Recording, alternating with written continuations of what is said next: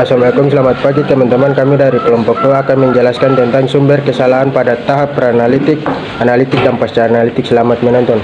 Sumber kesalahan pada tahap preanalitik, analitik, dan pasca analitik.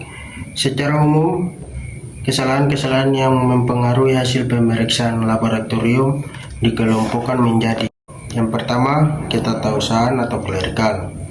Kesalahan pada ketidaktahuan ini adalah penulisan identitas pasien pada formulir blanko pemeriksaan. Sering terjadi penulisan nama yang salah dan data tidak lengkap. Misalnya, tidak ada nama pasien, umur, jenis kelamin atau nomor rekam medis, dan tidak adanya diagnosa atau keterangan klinis. Kadang-kadang tulisan tidak dapat dibaca sehingga mempersulit petugas. Pemberian identitas pasien merupakan hal yang penting pada formulir atau blanko permintaan pemeriksaan, pendaftaran, penulisan label, wadah spesimen, dan blanko hasil pemeriksaan. Kesalahan dalam ketidaktahuan ini dapat berpengaruh terhadap hasil pemeriksaan yang dapat merugikan pasien. Selanjutnya B. Persiapan penderita atau patient preparation. Sebelum pengambilan spesimen, harus dilakukan persiapan pasien untuk mendapatkan spesimen yang sesuai dengan jenis pemeriksaannya. Ada banyak faktor yang dapat mempengaruhi pemeriksaan laboratorium, sehingga laboratorium wajib menolak spesimen yang tidak sesuai dengan persyaratan.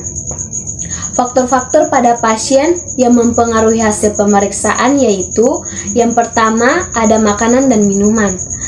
Pemeriksaan gula darah, puasa, dan trigliserida dipengaruhi langsung oleh makanan dan minuman, karena zat-zat yang dikonsumsi tersebut akan beredar dalam darah dan ikut terukur pada saat pemeriksaan. Untuk itu, pasien harus puasa selama 8-10 jam sebelum darah diambil. Yang kedua, ada obat-obatan.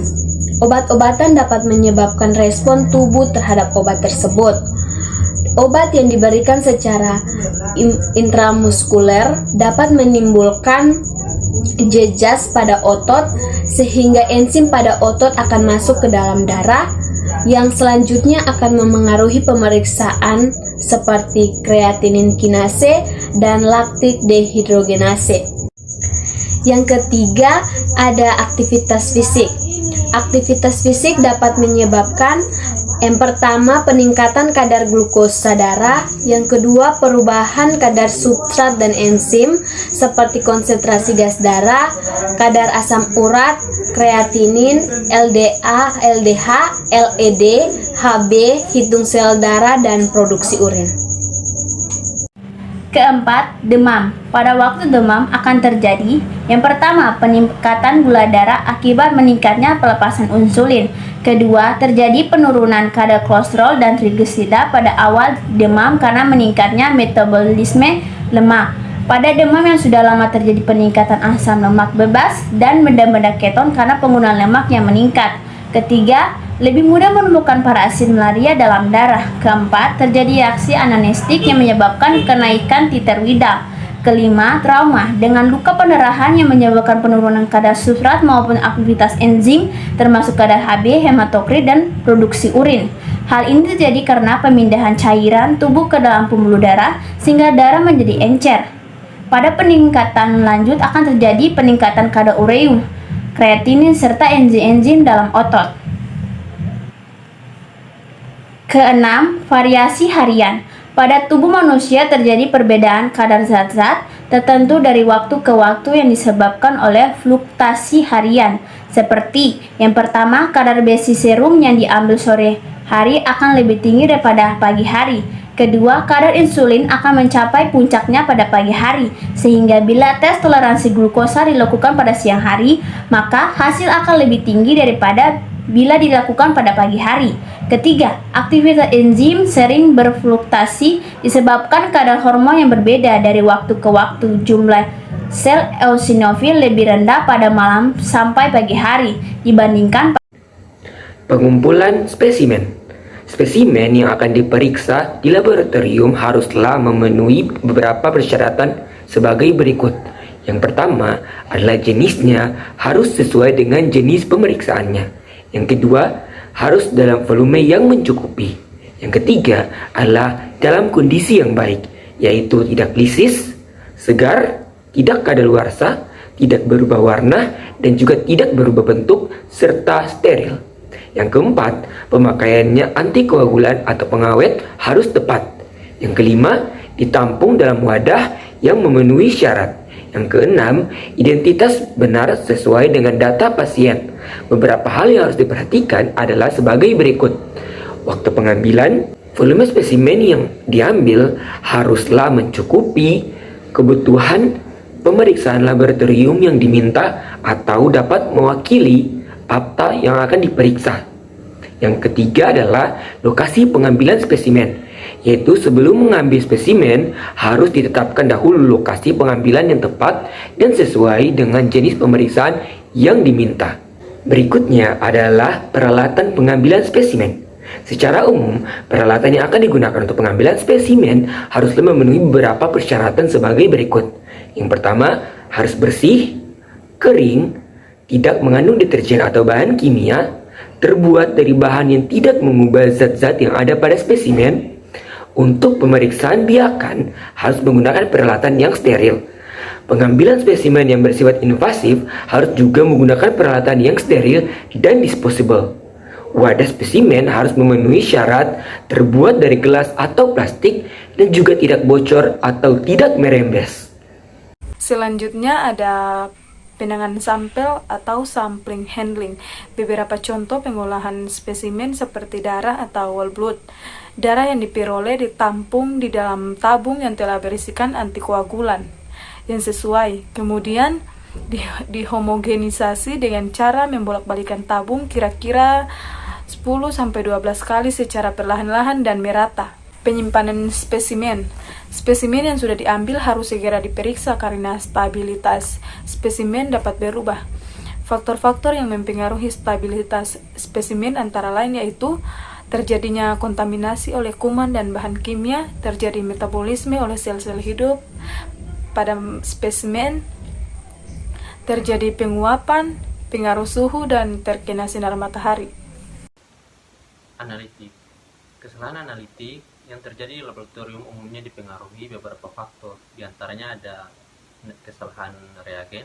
Reagen adalah zat kimia yang digunakan dalam suatu reaksi untuk mendeteksi, mengukur, memeriksa, dan menghasilkan zat lain. Menurut tingkat kemurniannya, reagen atau zat kimia dibagi atas beberapa. Di sini saya akan menjelaskan tentang peralatan atau instrumen. Setiap peralatan harus dilengkapi dengan petunjuk penggunaan yang disediakan oleh pabrik yang memproduksi alat tersebut. Petunjuk penggunaan tersebut pada umumnya memuat cara operasional dan hal-hal lain yang harus diperhatikan. Cara penggunaan atau pengoperasian masing-masing jenis peralatan laboratorium harus ditulis dalam instruksi kerja. Setiap peralatan harus dilakukan pemeliharaan sesuai dengan petunjuk penggunaan, yaitu agar diperoleh kondisi yang optimal, dapat beroperasi dengan baik, dan tidak terjadi kerusakan. Kegiatan pemeliharaan harus dilakukan secara rutin. Setiap alat harus mempunyai kartu pemeliharaan yang diletakkan dekat alat tersebut. Kartu ini berisi catatan setiap tindakan pemeliharaan yang dilakukan dan kelainan-kelainan lain yang ditemukan. Bila terjadi kerusakan atau kelainan pada alat, maka segera dilaporkan kepada penanggung jawab alat tersebut untuk dilakukan perbaikan. Keuntungan melakukan pemeliharaan alat akan diperoleh yang pertama, peningkatan kualitas produksi, yang kedua, peningkatan keamanan kerja, dan yang ketiga, pencegahan produksi yang tiba-tiba berhenti, keempat, penekanan waktu luang atau pengangguran bagi tenaga pelaksana, yang kelima, yaitu penurunan biaya perbaikan. 3. Bahan kontrol. Bahan kontrol adalah bahan yang digunakan untuk memantau ketepatan suatu pemeriksaan di laboratorium atau untuk mengawasi kualitas hasil pemeriksaan sehari-hari. Persyaratan bahan kontrol yang pertama harus memiliki komposisi yang sama dengan spesimen. Misalnya, untuk pemeriksaan urin digunakan bahan kontrol urin atau menyerupai urin. Untuk pemeriksaan darah digunakan bahan kontrol darah atau menyerupai darah. Yang kedua, harus stabil. Komponen yang terkandung dalam bahan kontrol harus stabil. Artinya, tidak akan berubah dalam masa penyimpanan sampai batas kadaluarsa. Yang ketiga, mempunyai sertifikat analisa yang dikeluarkan oleh pabrik pembuatnya. 4. Metode analitik. Faktor yang menjadi pertimbangan dalam pemilihan metode pemeriksaan. Yang pertama, tujuan pemeriksaan. Metode pemeriksaan yang digunakan dapat untuk uji saring, diagnostik, dan evaluasi hasil pengobatan serta survei. Pemilihan metode pemeriksaan harus dengan kemampuan sensitivitas dan spesifitas yang tinggi agar hasil yang didapatkan mempunyai keandalan dan dapat dipercaya. Kedua, kecepatan hasil pemeriksaan. Pasien di UGD atau unit gawat darurat memerlukan hasil pemeriksaan laboratorium yang cepat untuk mengatasi gawat daruratnya, sehingga dibutuhkan metode pemeriksaan yang cepat untuk diagnostik dan pengobatan. C. Rekomendasi resmi metode pemeriksaan yang digunakan di laboratorium harus yang direkomendasikan oleh yang pertama WHO, yaitu World Health Organization. Yang kedua IVCC, yaitu International Federation of Clinical Chemistry, meliputi pemeriksaan kimia klinik. Yang ketiga NCCLS, yaitu National Committee for Clinical Laboratory Standard, meliputi pemeriksaan mikrobiologi. Yang keempat ICSH, yaitu International Committee for Standardization Hematology, meliputi pemeriksaan hematologi. Metode pemeriksaan dan prosedur kerjanya harus sesuai dengan persyaratan standar diantaranya. Yang pertama, penerimaan, identifikasi, labeling, penanganan, pengambilan dan penyimpanan spesimen dan bahan kontrol. Yang kedua, spesifikasi spesimen yang akan diperiksa. Yang ketiga, metode analisa baik rekomendasi nasional maupun internasional, termasuk metode baku atau referensi. Yang keempat, metode-metode lain yang perlu dipertimbangkan oleh pihak lain dan laboratorium. Ahli teknologi. Seorang ahli teknologi laboratorium medik mempunyai tugas dan tanggung jawab dalam mengeluarkan hasil laboratorium, sehingga harus mempunyai kompetensi yang sesuai. Hasil laboratorium digunakan oleh dokter untuk menangani pasien dalam hal terapi dan diagnosis, sehingga seorang ATLM berperan penting dalam proses penyembuhan penyakit. Seorang ATLM yang bekerja di laboratorium harus memperoleh cukup banyak informasi mengenai pasien dan penyakitnya untuk mengambil keputusan hasil laboratorium. ATLM dan dokter yang meminta pemeriksaan laboratorium wajib merahasiakan informasi mengenai hasil pemeriksaannya. Hanya dokter yang berhak menerima laporan hasil laboratorium. Ketika pasien meminta keterangan mengenai hasil pemeriksaan tersebut, pasien diberitahu agar menanyakan kepada dokter. Di kebanyakan negara, terdapat standar perilaku moral dan profesional yang tinggi bagi para dokter serta personel laboratorium yang kompeten. Setiap pekerjaan laboratorium yang bekerja dengan bahan-bahan klinis harus menjaga standar tersebut. Kesalahan teknis yang merupakan kesalahan analitik di laboratorium terdiri dari dua jenis kesalahan, yaitu kesalahan acak random error, dan kesalahan sistematik error. Pasca analitik. Tahap pasca analitik merupakan tahap terakhir dari rangkaian proses pengujian di laboratorium. Kesalahan tahap pasca analitik sangat sedikit, tetapi terkadang menjadi kritis. Ketika terjadi kesalahan seperti pelaporan hasil yang salah, keterlambatan dalam pelaporan, atau pemberian informasi waktu tes dapat menghambat keputusan informasi yang penting. Seperti pada tahap analitik, kesalahan pada tahap pasca analitik hanya berkisar 15% sampai 20%, walaupun tingkat kesalahan ini lebih kecil jika dibandingkan kesalahan pada tahap pra-analitik, tetapi tetap memegang peran yang penting. A. Perhitungan. B. Cara menilai. C. Ketatausahaan. D. Penanganan informasi. Ada beberapa hal yang di bawah ini dapat menjadi sumber kesalahan jika tidak dikerjakan dengan benar. Yang pertama itu kesesuaian antara pencatatan dan pelaporan hasil dengan pasien atau spesimen. Yang kedua itu penulisan hasil uji laboratorium dengan angka dan satuan yang digunakan. Lalu pelaporan hasil uji laboratorium yang berupa angka maka perlu disesuaikan mengenai desimisal, angka dan satuan yang digunakan terhadap keperluan pasien maupun terhadap nilai normal. Bila diperlukan suatu angka bulat, maka cukup dilaporkan dalam angka bulat tanpa angka desimal. Lalu satuan yang digunakan adalah satuan internasional. Selanjutnya C, itu pencatupan nilai. Pada pelaporan hasil di laboratorium perlu dicantumkan nilai normal, yaitu rentang nilai yang dianggap merupakan hasil pemeriksaan orang-orang normal pada pencatupan hasil uji. Perlu disertakan metode pemeriksaan yang digunakan serta kondisi-kondisi lain yang harus diinformasikan seperti batas usia dan jenis kelamin. Dan selanjutnya D, itu mencantumkan keterangan yang penting. Misalnya, bila pemeriksaan yang dilakukan 2 kali, maka spesimen darah yang lisis atau serum yang lipemik dan lain-lain. Yang pertama, tahap penyampaian hasil. Pemeriksaan laboratorium sebaiknya segera dilakukan, karena penundaan pemeriksaan sangat merugikan pasien, yaitu tindakan diagnostik terhadap pasien dapat terlambat serta dapat merusak spesimen pasien.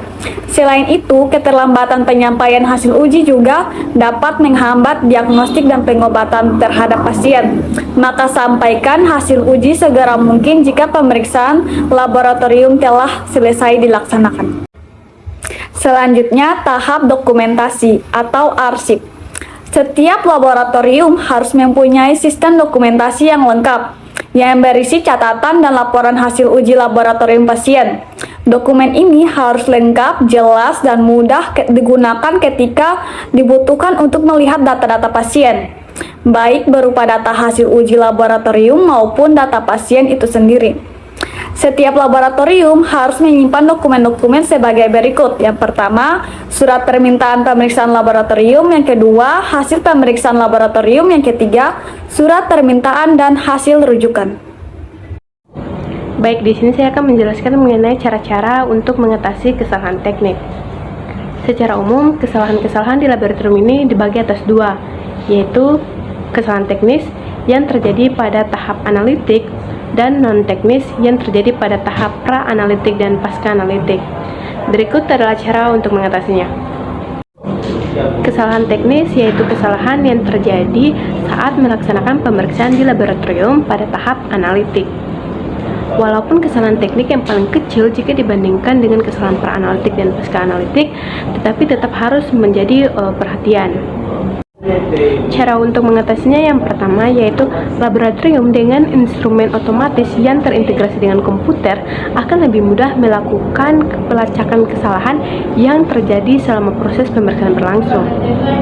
Yang kedua, Melakukan pemeriksaan bahan kontrol sebelum pemeriksaan spesimen pasien juga merupakan satu upaya untuk mencegah terjadinya kesalahan dalam pemeriksaan laboratorium.